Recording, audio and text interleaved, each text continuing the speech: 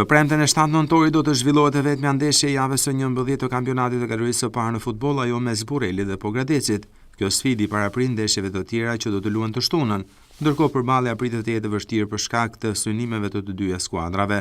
Ekipi drejtuar nga Samuel Nika i kërkon rikthimin tek fitoria pas 2 barazimeve radhazi të mbajtura ndaj Lushes në shtëpi dhe ndaj Ilirisë së Fushkrujës.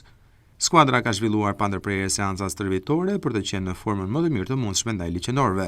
Sa kaq kjo përballje do të jetë një sfidë tjetër e trajnerit Nika i pasi e ka drejtuar më parë ekipin e Pogradecit, por jo vetëm trajneri, edhe mbrojtësi i ekipit Matjan Patrik Fetaj është i bindur që ekipi Burrelit do të marrë 3 pikë të plota në këtë përballje. Fetaj shtoi se skuadra është e kompletuar dhe se tashmë do të rikthehet tek fitoria.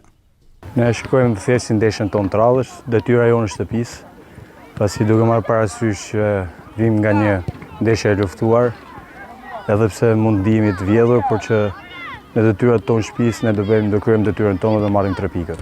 Po, formacioni jonë ishte i plot, jemi përgatitur mirë për këtë ndeshje, edhe pse afati kohor i përgatitjeve ishte i shkurtër. E besoj që ekipi do kryejë detyrat më së miri dhe do t'rregojë që meriton ajo 3 pikëshin. Ekipi i Pogradecit mban vendin e 3 në renditjen e përgjithshme pas 10 javëve me 18 pikë të grumbulluara në kampionat, ndërsa Burreli ndodhet në vendin e 5 me 13 pikë.